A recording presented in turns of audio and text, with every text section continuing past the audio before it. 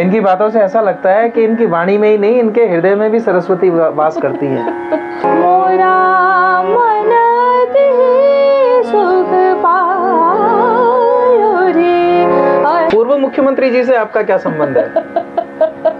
कुछ तो सोचा होगा कि जिंदगी में वहां तक तो जाना ही है। तो मुझे ऐसा लगता है संगीत वालों की जिंदगी संगीत के लिए समर्पित होनी चाहिए। वोकल्स तो आपने मान लीजिए वहां से गुरु से लिया है, हाँ। बाकी आपने चोरी किया वहां से। संगीत है तो किसी की जरूरत ही नहीं है। छोटे छोटे बच्चे भी आते हैं, कुछ बड़े बच्चे भी आते हैं, और कुछ इतने बड़े बच्चे भी आते हैं जो शायद इनकी भी उम्र से ज्यादा है। मुझे जहाँ तक लगता है शायद मैंने जो भी सीखा है वो संगीत संस्थान से ही सीखा है। तो मुझे बहुत मजा आता है कीबोर्ड बजाने में। आपने कभी सोचा है राजनीति में चलना चाहिए? तो मुझे राग अहिर भैरव ज्यादा पसंद है। सबसे अच्छी बात यह है कि मुझे बच्चे भी ऐसे ही मिलते हैं फिर। आपको क्या चीज पसंद नहीं है? अगर वो बेवफा है तो चाहत किससे करूं। नमस्कार, लाइव परफॉर्मर्स पर आपका फिर से स्वागत है। आज हमारे साथ जो शख्सियत है,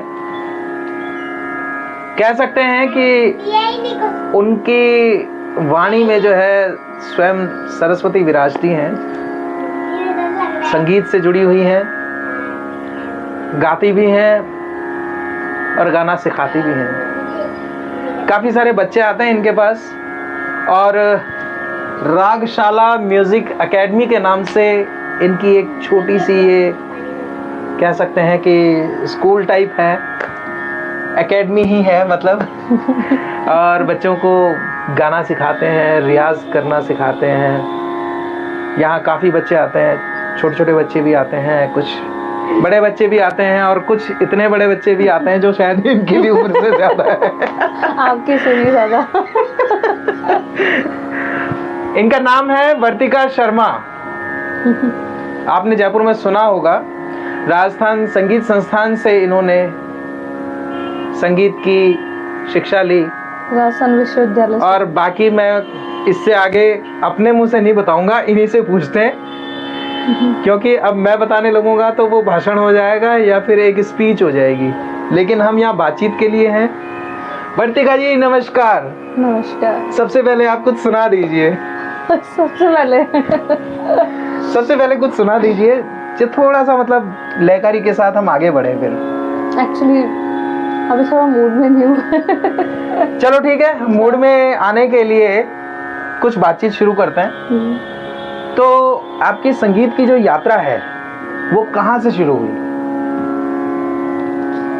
और मेरे पापा को संगीत बहुत पसंद था। पापा भक्ति संगीत में इन्वॉल्व थे, तो उनका शुरू से मतलब भजन वगैरह, सुंदरकांड करना, पहले पंडिताई भी करते थे, जैसे कि हम ब्राह्मण हैं तो पापा पंडिताई करते थे। तो अपने जो शाम भजन होते हैं उनमें सब में पंडित वाला काम करते थे। फिर धीरे धीरे उन्होंने अपना साउंड सेटअप खरीदा। फिर उनकी रुचि और रुझान इतना बढ़ गया संगीत के लिए कि मतलब बस वो मेरी मम्मा को सिखाने लग गए। तब हम छोटे छोटे थे, मम्मा भी गाने लग गई। तो फिर मम्मा मतलब ज़्यादा नहीं कर पाई, क्योंकि हम तीनों बहुत छोटे थे, तो मम्मी मतलब हमको संभाल ही नहीं पाती थी। फिर वो सारा मतलब शादी के बाद मुश्किल होता है 3 बच्चों के बाद। फिर पापा थोड़ा टाइम रुकने के बाद तब हम थोड़े बड़े हुए, तो फिर बोले कि नहीं, मैं मेरे बच्चों को संगीत सिखाऊंगा। तो मुझे तीनों सिस्टर्स से म्यूज़िक से हैं, तो मुझे और मेरी जो जस्ट छोटी वाली सिस्टर है, दोनों का एक साथ स्टार्ट हुआ, सीखते गए, करते। 3 बहनों में सबसे बड़ी आप ही हैं? बिल्कुल। ओके, तो अभी तक आपने शादी भी नहीं की है? बिल्कुल। तो उसके पीछे क्या कारण है? किसी सफेद घोड़े पर सवार होने वाले का इंतजार है? नहीं ऐसा नहीं है। मतलब मुझे ऐसा लगता है संगीत वालों की जिंदगी संगीत के लिए समर्पित होनी चाहिए। मतलब संगीत है तो किसी की जरूरत ही नहीं है। नहीं, हो सकता है कि आपके सपने कुछ अलग हों, क्योंकि संगीत के प्रति हैं जो भी है, कि इसमें जो सुकून है, भाव है, और मतलब अपना जो प्राइवेट स्पेस ही होता है म्यूज़िक के लिए, मुझे लगता है शायद शादी बाद पॉसिबिलिटी नहीं है कि हम वैसे ही सब चीज़ें कर पाएँ। तो आप यहाँ पे आपके जो रागशाला म्यूज़िक एकेडमी है, हम लोग यहीं बैठे हैं इनकी रागशाला म्यूज़िक एकेडमी में ही, आज मैं खुद ही आ गया इनके पास क्योंकि क्या होता है कि प्यासे को कुएं के पास आना ही पड़ेगा, और हम इनको अपने पास बुलाएं तो हमारी इतनी अभी हैसियत है नहीं, जब होगी तब की तब देखेंगे, लेकिन अभी हमारी इतनी हैसियत नहीं है, इसलिए हम खुद ही चल के आ गए। हम प्यासे हैं, यहाँ कुआं है, तो इनसे बातचीत करने के लिए, इनसे बहुत कुछ यूथ को सीखने के लिए मिले, कुछ प्रेरणा मिले। आपने संगीत संस्थान में कितने साल अभ्यास किया, स्टडी की? मैंने सीखना शुरू ही संगीत संस्थान से किया था, क्योंकि पापा हमारे लिए सारी नॉलेज इकट्ठी करते रहते थे, कैसे क्या म्यूज़िक से पढ़ाई होती है। तो पापा ने सबसे पहले म्यूज़िक संगीत संस्थान में, राजस्थान संगीत संस्थान में हमें एडमिशन करवाया। तो 2008 में मेरा एडमिशन हुआ था, जुलाई में, तब मैं 8th पास कर लिया था मैंने, तो तब मेरा एडमिशन करवाया था। फिर वहाँ से मेरा स्टार्ट हुआ। तो मुझे जहाँ तक लगता है शायद मैंने जो भी सीखा है वो संगीत संस्थान से ही सीखा है मेनली। अच्छा, आपकी जैसे आप क्लासिकल वोकल से रही हैं, बिल्कुल। यहाँ बच्चों को क्या क्या सिखा रहे हैं आप? यहाँ वैसे तो क्लासिकल ही प्रॉपरली तो सिखा रहे हैं, बाकी जैसे शौकिया भी सीखने वाले आते हैं तो उनका थोड़ा लाइट म्यूज़िक भी रहता है। किसी को सॉन्ग्स में जाना है, किसी को भजन गाना है, तो उनके लिए भक्ति संगीत। किसी के लिए ऐसा है कि बहुत हारमोनियम भी सीखते हैं बच्चे, कि कुछ बच्चे होते हैं जो मतलब हारमोनियम भी मुझे प्रॉपर सीखना है। कुछ होते हैं कि बस हमें थोड़ा सा मतलब 4-5 धुनें बजानी है एकदम, तो उस तरह से मतलब जैसे जिसको नीड होती है उस अकॉर्डिंग सिखाते हैं। अब जैसे कुछ बच्चे हैं परमानेंट वोकल सीख रहे हैं, तो उनकी ट्रेनिंग फिर काफ़ी लंबी रहेगी, क्योंकि वोकल्स अपने आप में बहुत मुश्किल सब्जेक्ट है मतलब। तो आप इंस्ट्रूमेंट्स में क्या क्या सिखाते हैं बच्चों को यहाँ पर? इंस्ट्रूमेंट में अपने पास है कीबोर्ड, पियानो, हारमोनियम और गिटार है, ढोलक है, तबला है। ग्रेट, मतलब आपने वोकल में एडमिशन लेके ये सारे इंस्ट्रूमेंट वहाँ सीख लिए? मतलब वहाँ भी सीख लिए, और मतलब करते मतलब वोकल्स तो आपने मान लीजिए वहाँ से गुरु से लिया है, हाँ। बाकी आपने चोरी किया वहाँ से? मतलब हारमोनियम के लिए ऐसे कहते हैं कि मतलब गाने वाले को वैसे ही आ जाता है प्ले करते करते। तो मुझे खुद को ही मतलब बहुत इंटरेस्ट था मुझे हारमोनियम बजाने में। कीबोर्ड में सुनती थी, मुझे बहुत मज़ा आता था। मैं कीबोर्ड भी प्ले करती हूँ, मेरे पास XPS 10 है, रोलिन का, यामा है, और भी बहुत सारे कीबोर्ड्स हैं। तो मुझे बहुत मज़ा आता है कीबोर्ड बजाने में। आपकी सबसे फेवरेट राग कौन सी है? वैसे तो रागे तो सभी फेवरेट है, लेकिन जैसे बहुत ज़्यादा, जैसे कभी मेरे को गाने की इच्छा होती है जब मैं उदास होती हूँ या जब मैं खुश भी होती हूँ तब भी, तो मुझे राग अहिर भैरव ज़्यादा पसंद है। कुछ सुनाएंगे उसका? अब तो मूड बन गया है। अब तो मूड बन गया है। देखो, दर्शक भी चाहते हैं कि अब मैंने शुरू में ही आपकी काफ़ी प्रशंसा कर दी है, तो कुछ तो अब इनको भी दिखाना पड़ेगा ना कि सरस्वती विराजती हैं। तो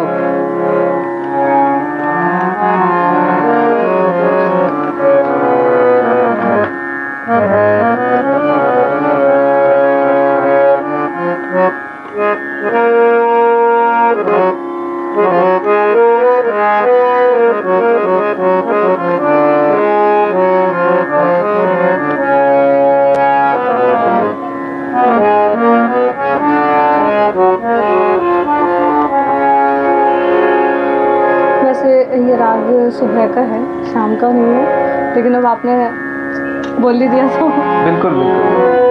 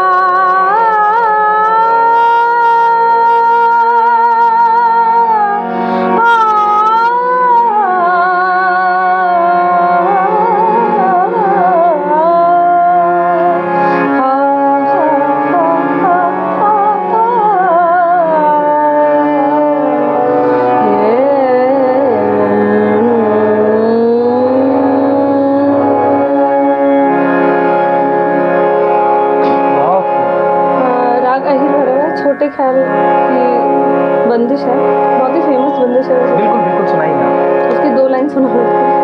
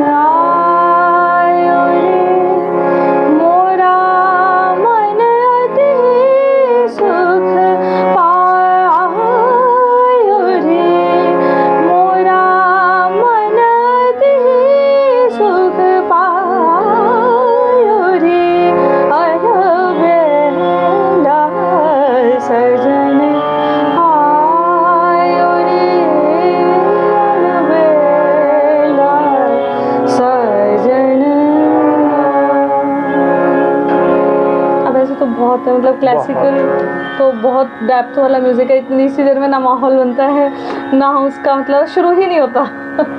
देखिए अचानक मैं आया हूँ यहाँ, इन्हें पता भी नहीं था कि मैं इनसे क्या बात करने वाला हूँ, कैसे करने वाला हूँ और इस तरीके से ये एक इंटरव्यू होगा, लेकिन अचानक मिलने के लिए आया। इनको अचानक एक सरप्राइज के तौर पर हमने ये सेटअप लगा करके और बातचीत करनी शुरू कर दी। कोई प्लानिंग नहीं थी, तो अचानक ऐसे कलाकार का मूड बनता भी नहीं है, लेकिन फिर भी इन्होंने हमारे लिए इतना खूबसूरत अपनी आवाज़ में ये बंदिश सुनाई, तो उसके लिए आपको बहुत बहुत धन्यवाद। अच्छा, अब आगे आपका लाइफ का जो गोल है वो क्या है? कुछ तो सोचा होगा कि जिंदगी में वहां तक तो जाना ही है। ये अभी आप युवा हैं और मुझे ऐसा लगता है कि जब तक हम संगीत को नहीं समझते हैं तब तक हमें लगता है कि हमें वहाँ जाना है या हमें वो चीज़ हासिल करनी है या कोई हमारी मंजिल है। और अगर हम संगीत को आध्यात्मिक तौर पर लेते हैं और उसमें सच में अगर हम उसकी गहराई में उसके अंदर डूब जाते हैं और फिर उसका बोलते हैं ना उसका रस आस्वादन करते हैं, उसके बाद मतलब मुझे नहीं लगता कि कोई मंजिल या कोई ठिकाना हमें समझ आता है। मतलब मुझे नहीं पता मैं क्या कर रही हूँ, क्यों कर रही हूँ, बस मेरी ज़िंदगी है संगीत। और जैसे जैसे आगे चलता रहेगा अपने आप, जैसे भी ठाकुर जी, श्री कृष्णा, कन्हैया, गोपाल मेरे जैसे आगे ले जाएंगे वैसे ही। और आज मतलब बहुत अच्छा दिन है, मतलब अभी कन्हैया की प्राण प्रतिष्ठा की है हम लोगों ने, तो जस्ट बस इधर हम लोग फ्री हुए थे, पंडित जी गए थे और आपका आना हुआ बस। तो वो पंडित जी भी, मैं भी पंडित जी। हाँ वही आज सुबह से पंडित जी आ रहे हैं बस। नहीं, बहुत बढ़िया। ये तो खैर आपका धार्मिक प्रवृत्तियों में हाँ, होना जो है बोल सकते हो। हाँ बिल्कुल, अध्यात्म से जुड़े रहना इंसान के लिए जरूरी भी है। एक्चुअली पापा शुरू से मतलब आप तो समझ ही सकते हैं, अपन ब्राह्मण परिवार से हैं, हम ब्राह्मण में हम स्वामी हैं, श्रीमान स्वामी समाज के हम वंशज हैं, तो हमारे मतलब ये चीज़ शायद मुझे ऐसा लगता है ब्लड में है कि मतलब वो चीज़ अपने आप कनेक्ट करती है भगवान से और ऑटोमेटिकली कि सभी अपने आप हो जाते हैं। मतलब किसी ने सिखाया नहीं, किसी ने बोला नहीं, बस घर वालों से, मम्मी पापा से जो सीखा सुना तो उसी पे बस अपने आप रास्ता बन गया। पूर्व मुख्यमंत्री जी से आपका क्या संबंध है?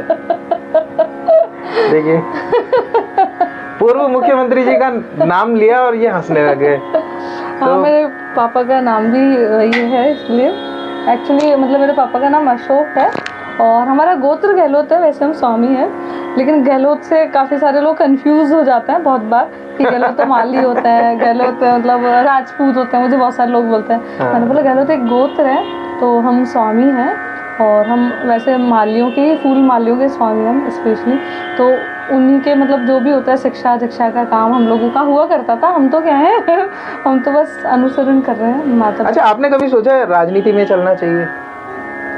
राजनीति तो नहीं, एक टाइम पे मतलब मुझे मन था कि मैं अपना एक NGO बनाऊं और मतलब बहुत सारे ऐसे लोगों की हेल्प करूं जैसे मेरे जैसे, मुझे ऐसा लगता था क्योंकि मैं बहुत मिडिल क्लास फैमिली से हूं, तो मुझे उस टाइम पे ऐसा लगता था कि मैं कितना पढ़ना चाहती थी, कितना कुछ लाइफ में करना चाहती थी, लेकिन सपोर्ट फैमिली कंडीशंस की वजह से मतलब आगे चीज़ें नहीं कर पाई। तो ऐसे बहुत सारे लोग होते हैं जो बहुत सीखना चाहते हैं, बहुत सारी चीज़ें करना चाहते हैं। मैं अभी भी जितना मुझसे हो सकता है मतलब अपने जितने भी स्टूडेंट्स हैं उनके लिए ये चीज़ प्रोवाइड करवाती हूँ। जैसे बहुत से ऐसे लोग हैं कि जो कंडीशन में नहीं है, सीख नहीं सकते हैं, बिल्कुल ऐसे परिवार से हैं, तो मैं उनको फ्री भी सिखाती हूँ। और साथ में जैसे बहुत सारे हैं जिनसे बहुत कम अमाउंट में और बहुत ज़्यादा उनको प्रोवाइड करवाती हूँ क्लासेस भी, और अपनी पूरी कोशिश करती हूँ कि उनकी लाइफस्टाइल, उनकी चीज़ें मैनेज हों। एक टाइम पर आने के बाद वो बच्चे बहुत अच्छा काम करें कि उनकी लाइफ बन जाए, तो उनको ऐसा लगे कि हाँ हमने कुछ सीखा, हमने कुछ लिया। और मतलब सबसे अच्छी बात यह है कि मुझे बच्चे भी ऐसे ही मिलते हैं फिर। इनकी बातों से ऐसा लगता है कि इनकी वाणी में ही नहीं, इनके हृदय में भी सरस्वती वास करती हैं। इतने शुद्ध इनके पवित्र इतने विचार हैं, तो यही कहा जा सकता है। बाकी अब आपने रागशाला म्यूज़िक एकेडमी भी शुरू कर दी है, और मुझे लगता है कि शायद अब अगला पड़ाव आपका एनजीओ को लेकर ही होगा। मतलब मैं एक म्यूज़िक स्कूल डालना चाहती हूँ बहुत बड़ा जयपुर में, जो निःशुल्क भी चले, और अगर चार्जेस हों तो बहुत ही मिनिमम, जिसमें गुरुकुल जो पद्धति है हमारी, क्योंकि हमारा संगीत तो पूरा ही प्रॉपर ही गुरु शिष्य परंपरा से चलता है, तो उसमें हम गुरु शिष्य परंपरा से, गुरुकुल पद्धति से संगीत सिखाएं, वही प्रॉपर जिस तरीके से पहले सिखाया जाता था। आजकल तो मतलब ये हो रहा है, आप कहीं क्लासेस में जाओगे, जाते आपके अलंकार स्टार्ट 2-4 दिन अलंकार, फिर आपकी राग शुरू हो जाती है। मतलब वो प्रॉपर वो सारी चीज़ें प्रॉपर, मतलब पहले के गुरु जैसे बोलते थे कि 2-2, 3-3 साल तक साई लगवाया, मतलब ऐसे ऐसे शिष्य हुए हैं कि 12 साल तक एक ही राग सीखा। मतलब वो जो गहराई वाली बातें हैं आजकल के बच्चों को ऐसे समझ में नहीं आती। आजकल तो लाइट क्लासिकल सबसे ज़्यादा पसंद करते हैं लोग। हाँ वो भी है, और क्लासिकल से भी ज़्यादा लोग अभी थोड़ा मतलब बॉलीवुड की तरफ ज़्यादा जा रहे हैं। अच्छा, ये जो धूम धड़ाके वाले म्यूजिक को ज़्यादा पसंद कर रहे हैं लोग, उसके पीछे क्या कारण हो सकते हैं? यूथ। तो यूथ को ऐसी शिक्षा भी दी जानी चाहिए ना, जिससे कि कुछ क्लासिकल की तरफ उनका इंटरेस्ट बढ़े, और कुछ ऐसा वो करे जिससे कि हम क्लासिकल म्यूजिक को भी बढ़ावा मिले। क्लासिकल म्यूज़िक एक्चुअली मतलब टोटली भगवान से मिलाने का एक साधन मान लो। संगीत वैसे प्रॉपर है ही, लेकिन मतलब पूरा प्रॉपर आध्यात्मिकता की ओर ले जाता है। अगर आप सही मन से, साफ हृदय से सीखेंगे, कहते हैं जैसा खाओगे अन्न वैसा रहेगा मन, इसी तरीके से जैसा हमारा व्यवहार होगा, जैसी हमारे अंदर की नेचर है, हमारी अंदर की प्रकृति है, स्वभाव है हमारा, वैसा ही हमारा संगीत है। अब कुछ लोग जैसे अब अंदर से ही चंचल है, तो उनके संगीत में चंचलता नजर आएगी।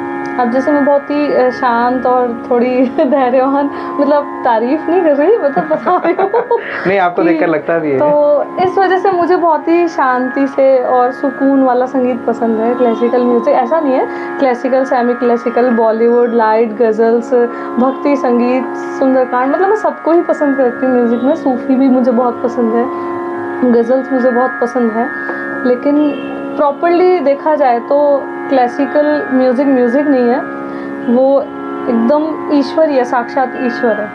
तो अगर हम इसको कर लेते हैं तो मुझे नहीं लगता कि हमें कोई कुछ और सीखने की ज़रूरत पड़ती है, क्योंकि मैंने सिर्फ क्लासिकल सीखा, लाइट मैंने कहीं से नहीं सीखा, लेकिन लगभग मैं अपने बच्चों को सभी जोनर्स गा गा के सुनाती हूँ और सिखाती हूँ कि मतलब फीमेल वॉइस में भी, मेल वॉइस वाले जोनर्स भी, फीमेल वॉइस में भी वर्सेटाइल जो भी अपने, मतलब मैं पूरा उनको कोशिश करती हूँ कि जितना भी मुझे आता है उनको मैं उससे भी ज़्यादा आगे बढ़कर देने का प्रयास करती हूँ। अच्छा, अभी तक तो बात हुई कि आपको क्या क्या पसंद है, क्या आप करते हैं, आपको क्या चीज़ पसंद नहीं है, अब ये बता दीजिए। वैसे सच बताऊँ तो मुझे सभी चीज़ें पसंद है, समय के अनुसार। कई बार ऐसा होता है ना, मतलब संगीत वाले मूड ही होते हैं बहुत, आपने सुना भी होगा। कुछ इरिटेटिंग, मतलब ऐसा क्या है जो आपको इरिटेट करता है? मुझे बहुत ज़्यादा मतलब कोई बोलने वाले और सर दुखाने वाले लोग पसंद नहीं है बस। मतलब बोलने वाले लोगों से आप दूर रहते हैं? नहीं, बोले अच्छा बोले तो, अगर बहुत अच्छी बातें करते हैं ऐसा नहीं है। मुझे कथा सुनने का और सब चीज़ों का बहुत शौक़ है, और मैं सुनना तो बहुत ही ज़्यादा पसंद करती हूँ, और मैं लिखती भी हूँ।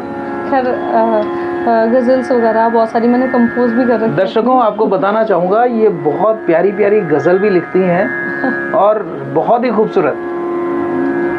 मैं चाहूँगा कि एक गज़ल आपके लिए थोड़ा सा आप ही की रचना सुना दीजिए। मतलब पेशे खिदमत है। लिरिक्स बिल्कुल इनकी खुद की लिखी हुई। वो क्या है, मैंने सोचा नहीं था, अचानक से आप ऐसे आएंगे रैंडमली और मतलब सब कुछ अचानक होता है सब जिंदगी चीजें में, फरमाए। और जो अचानक होता है ना वही खूबसूरत होता है। बिल्कुल नहीं तो मेरा प्री प्लान्ड और स्क्रिप्टेड में तो कोई मजा ही नहीं है। बिल्कुल मेरा एक इंस्टाग्राम पे पेज भी है, अभी मैंने राइटिंग का शुरू किया था, बीच में कुछ टाइम से मैं उस पर नहीं कर पाई काम। इंस्टा पे इनके पेज को फॉलो कर लीजिएगा। किताबे दिल 9 नाम किताबे दिल 9 किताबे दिल 9 KITAAB किताब BE किताबे दिल DIL 9। ओके अब कुछ इनकी रचना सुन लेते हैं। मतलब छोटा सा शेर सुनाऊं या फिर कुछ जैसा आपका दिल हो छोटा सा सुना दीजिए। हाँ, एक 4 लाइन की शायरी मान लीजिए, सुनाते हैं। इरशाद। सवाल तो बहुत है, सवाल तो बहुत है, पर शिकायत किससे करूं? सवाल तो बहुत है पर शिकायत किससे करूं? बिन ताले का मकान है, हिफाजत किससे करूं? क्या बात। खुदगर्ज ज़माना है तो मैं क्यों हूँ मासूम? खुदगर्ज ज़माना है तो मैं क्यों हूँ मासूम? अगर वो बेवफा है तो चाहत किससे करूं? बहुत खूब बहुत खूब। आप सोच का लेवल देखिए। ये मतलब बहुत ही मतलब मैं 10-11 शायद ज़्यादा साल हो गए, मुझे लगता है 12-15 साल से लिख रही हूँ मैं। मतलब बहुत छोटी, बहुत कम उम्र से। किताबे दिल इनका इंस्टा आईडी है ना? 9 हाँ हाँ किताबे दिल 9 तो बहुत इनकी इंस्टा आईडी है, उसको फॉलो कर लीजिए। बहुत सारे शेर बहुत सारी इनकी रचनाएं आपको मिल जाएंगी वहाँ पर, आप पढ़िए। आप शायद बोल के भी वहाँ रिकॉर्ड करके भी डालते अब हैं। मैं डालने वाली हूँ थोड़ा सा। मैं ग्रेट, कुछ चलो हमने एक इनको सोच तो दे दी। हाँ नहीं मैं थोड़ा प्रोग्राम्स में बिजी भी हो गई थी हाँ। और तो इस वजह से मैंने किया नहीं। बाकी मैंने उस पर यही सोचा था थोड़ा सा कुछ लिख के डालेंगे बाद में फिर। हमारी शुभकामनाएं आपके साथ हैं। लाइव परफॉर्मर्स पर आज की बातचीत को हम यहीं विराम देते हैं। बहुत जल्द हम वर्तिका जी से फिर मिलेंगे, कुछ नई बातें और छेड़ेंगे, कुछ और इनके बारे में जानेंगे। अभी के लिए हमें दीजिए इजाज़त। नमस्कार।